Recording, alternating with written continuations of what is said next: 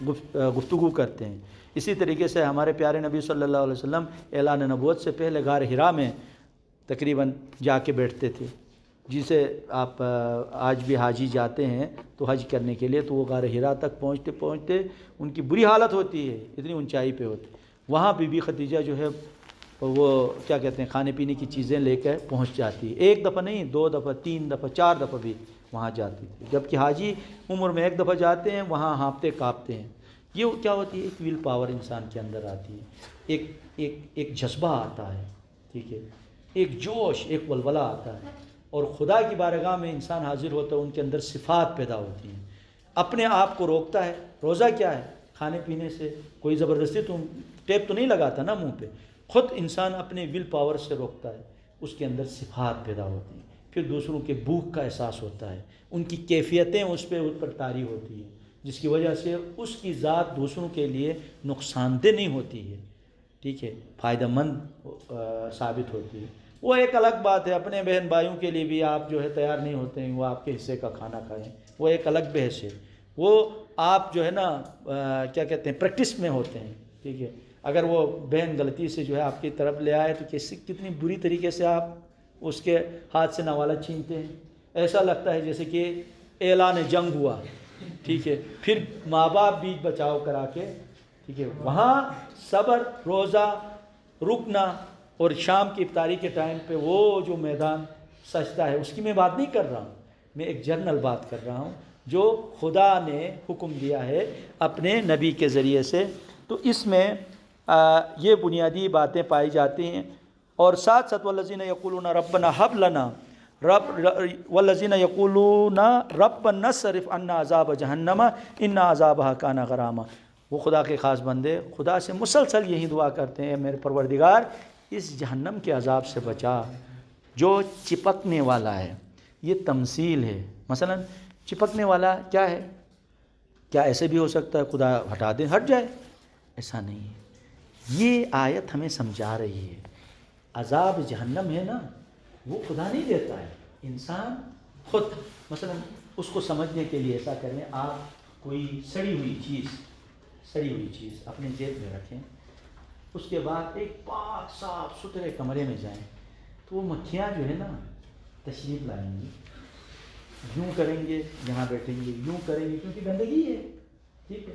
اس کے جگہ میں آپ اپنے آپ کو صاف ستھرا رکھیں، اور مکھیوں کے جرمٹ میں جائیں تو وہ مکھیاں آپ پہ نہیں بیٹھیں گی، دوسرے کے پاس جس میں مواد ملتا ہے اس کے پاس جائیں گے۔ آپ کہیں گے حضور آئیے، تشریف لائیے میرے پاس، تو وہ نہیں آئیں گے۔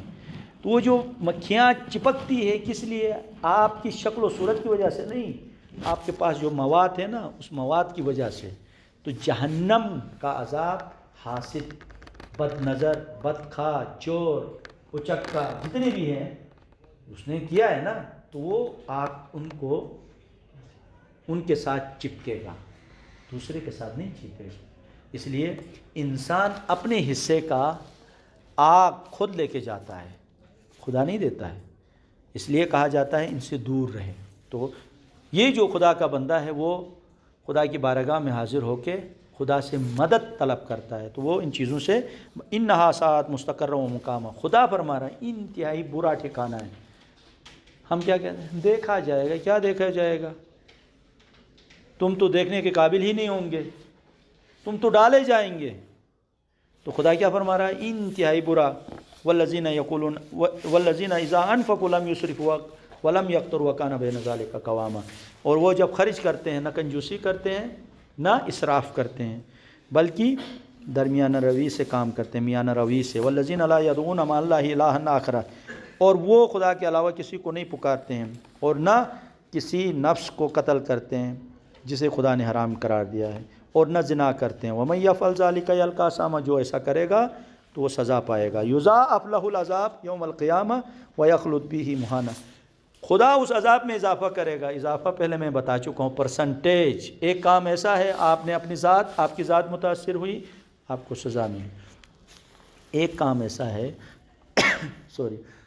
جس سے دوسرے متاثر ہوتے جائیں اور قیامت تک ہوتے جائیں گے، اس میں پرسنٹیج ملتی ہے۔ یضاعف سے مراد یہ ہے، بعض کام ایسے ہیں ہر چوٹ کھانے والا جیسے کہ آج کل کی زبان میں فیس بک پہ، یوٹیوب میں ایسی چیز ولگر چیز ڈالتے ہیں جو دیکھنے کے بعد دوسرے کو برائی کی طرف مائل ہوتا ہے، تو آپ کے حصے کا وہ جب بھی جتنے بھی لوگ دیکھتے جائیں گے آپ کے حصے میں وہ عذاب. بعض لوگ جو ہے چند پیسوں کے لیے، چند ویورشپ بڑھانے کے لیے ایسی چیزیں ڈالتے ہیں جس کی وجہ سے ان کے حصے کا عذاب پتہ نہیں کب موت آ جائے. اس کے اکاؤنٹ میں پیسے تو کوئی دوسرے کیا کوئی بھی نہیں لے پائے گا. اگر اس نے کسی نے اپنا کوئی پیچھے کسی کو پاسورڈ بتایا ہے تو وہ میں بھی، باقی وہ دنیا سے جائے گا کیا ہے، جب تک وہ زندہ ہے ویورشپ بنے گی، 4 پیسے آئیں گے، اس کے بعد جائے گا. جتنے بھی لوگ دیکھتے جائیں گے اس کے حصے میں عذاب آتا جائے گا. اس کی جگہ میں کوئی اچھی چیز، علمی چیز جس سے شعور آگہی بڑھے، وہ چیز ڈالیں تو آپ کے حصے میں پرسنٹیج. آج کی زبان میں اگر ہم بات کریں تو یضاعف سے مراد یہ ہے. بات کلیئر ہو گئی؟ اور ساتھ ساتھ یہ نہیں الا من تاب، ہاں ایک گنجائش ہے اس میں ذلیل و رسوا ہو کے، ذلت و رسوائی کے ساتھ اسی بری ٹھکانے پر ہمیشہ رہے گا. ٹھیک ہے؟ اور ساتھ یہ نہیں، ہاں ایک صورت ہے الا من تاب وعمل عملا صالحا. تو جو ہی کانشیس ہو جائے اپنے اس اعمال سے، اس کو احساس ہو یار اب تک میں نے جو کیا لاشعوری میں، جیسے سورہ بقرہ میں آپ پڑھ چکے ہیں، آپ خدا کی بارگاہ میں کہتے ہیں خدایا معاف کر دیں، میں نے جان بوجھ کے تو نہیں کیا ہے، غلطی سے مجھ سے ہوا ہے، لاشعوری میں ایسا ہوا ہے، میں نہیں چاہ رہا تھا لیکن ماحول نے ایسا کروایا، غیر شعوری طور پہ میں یہ کام کر چکا ہوں، اب مجھے احساس ہوا، اب مجھے بخش دے. تو خدا کیا کہہ رہا ہے الا من تاب، توبہ کرے، وآمن ایمان لائے، وعمل عملا صالحا اور نیک اعمال بجا لائے. تو کیا کرے گا فاولئک یبدل اللہ سیئاتہم حسنات، خدا گناہوں کو اچھائیوں میں، ثواب میں تبدیل کر دے گا. اور وکان اللہ غفور الرحیم، کیونکہ خدا بخشنے والا اور رحم کرنے والا. جس طریقے سے جتنے بھی ناراض ہوں ماں باپ، جو ہی آپ سلنڈر کرتے ہیں بس میری توبہ آئندہ میں نہیں کروں، تو ماں باپ آپ کو بخشتے نہیں بخشتے ہیں، سزا دے کے ان کو اطمینان تو نہیں ہوتا ہے نا. جو ہی آپ نے سلنڈر کیا وہ حسن بھی برقرار رہا، وہ گھر کا ماحول بھی اچھا ہوا اور آپ کو اطمینان بھی. اس میں ایک ہی ہے، آپ نے کہا توبہ تو اگلی دفعہ پھر وہ کام کرے، تو یہ توبہ کرنے سے کیا ہوگا؟ اس کے لیے آپ کے اندر یہ احساس ہو. تو خدا بھی یہ کہہ رہا ہے توبہ کریں تو اللہ کیا کرے گا، آپ کی وہ برائیاں سابقہ جتنی بھی ہیں وہ معاف کرے گا اور آپ کی ثواب میں وہ چیزیں تبدیل کر. ومن تاب وعمل صالحا فانہ یتوب الی اللہ متابا، اور جو توبہ کرے اور نیک اعمال بجا لائے، در حقیقت وہ رجوع کرنے والا، یعنی جو وہ ایکسیپٹنس ہے نا، قبولیت کرنے والے، واقعی رجوع کرنے والوں میں وہ شمار ہوگا. ٹھیک ہے؟ ایسا نہیں یہاں سے آپ نے کہا توبہ پھر تھوڑی دیر کے بعد وہ کام کرے تو اس کو توبہ نہیں کہیں گے، اس کو وہ کہتے ہیں خدا کو چیٹ کرنا ہے. والذین لا یشهدون الزور واذا مروا باللغو مروا کراما، اور وہ جھوٹی گواہی کبھی بھی نہیں ہے، نیور نہیں دے سکتے ہیں، اور جب بھی وہ چلیں گے کرامت کے ساتھ، باعظمت باوقار آگے بڑھیں گے. ایسا نہیں ہے بے عزت ہو کے آگے بڑھیں. والذین اذا ذکروا بآیات ربہم لم یخروا علیہا صما وعمیانا، جب ان کے سامنے خدا کی باتیں بیان کی جائیں وہ اندھے بہروں کی طرح نہیں لیں گے. جیسے کہ ہوتا ہے نا یہاں پہ بیٹھے ہیں، وہ یعنی میں سے مراد میں نہیں ہوں، غصے سے مت دیکھو، میں سے مراد ایک مثال دے رہا ہوں، میں آپ تو عظیم لوگ ہیں، پڑھے لکھے لوگ ہیں، آپ کا مقابلہ کون کر سکتا ہے، میں صرف ویسے مجبوراً آپ کا نام دیتا ہوں. آپ سے مراد آپ نہیں، وہ دوسرے، آپ تو بہت عظیم ہیں. ٹھیک ہے؟ آپ یعنی جو ہی ان کے سامنے خدا کی نشانیاں بیان کرتی ہیں، بظاہر سامنے ہوتے ہیں، یہ دیکھتے نہیں ہیں، سنتے نہیں ہیں. دیکھتے ہیں وہ سموسے جو اس وقت جو ہے نا وہاں سبزار میں نظر آ رہے ہیں یا ٹمٹم میں، اس وقت آنکھیں وہاں ہیں، بظاہر میری طرف ہیں، ان کو سموسہ نظر آ رہا ہے، اور باتیں یہ جو آیات ہیں وہ ان کی ذہن میں نہیں ہیں.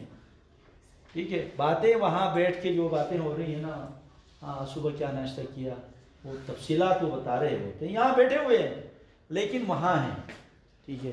تو آپ یہ دیکھو کان بھی ہیں صحیح سلامت ہیں، فرسٹ کلاس ہیں، ٹھیک ہے، آنکھیں بھی ہیں، کوئی پرابلم نہیں، لیکن میری باتیں، میں سے مراد میں تمثیل ہوں، میری باتیں ان کو نہیں سنائی دیتی ہیں۔ کان فرسٹ کلاس ہیں، آنکھیں بھی فرسٹ کلاس ہیں، ان کو میں نظر نہیں آتا ہوں، کچھ اور نظر آتے ہیں۔ تو قرآن کیا کہتا ہے؟ اندھے بہرے۔ رسول کی محفل میں تھے، رسول کی باتیں نہیں سنتے تھے، رسول کو نہیں دیکھتے تھے، بظاہر تھے، اندھے تھے، بہرے تھے۔ جیسے کہ بعض دفعہ ایسا ہوتا ہے کہ آپ یہاں بیٹھے ہیں، وہ سامنے ایسے یوں کرتے ہیں، تو وہ رپلائی نہیں دیتے، حالانکہ ہوتا ہے، سامنے ہوتا ہے، نظر نہیں آتا ہے۔ تو قرآن کیا کہتا ہے؟ اندھا۔ اچھا، بیچ میں کہتے ہیں جی میں نے کیا کہا ہے، حالانکہ کان تھے، سنتے تھے نا میں جو بات کر رہا تھا، اچانک ہیں کہنا کیا مطلب؟ بہرے تھے، وہ بات انہوں نے نہیں سنی۔ تو یہاں تمثیل یہ ہے کہ یعنی والذین اذا ذکروا بآیات ربہم، ان کے سامنے خدا کی نشانیاں، آیات کہتے ہیں نشانی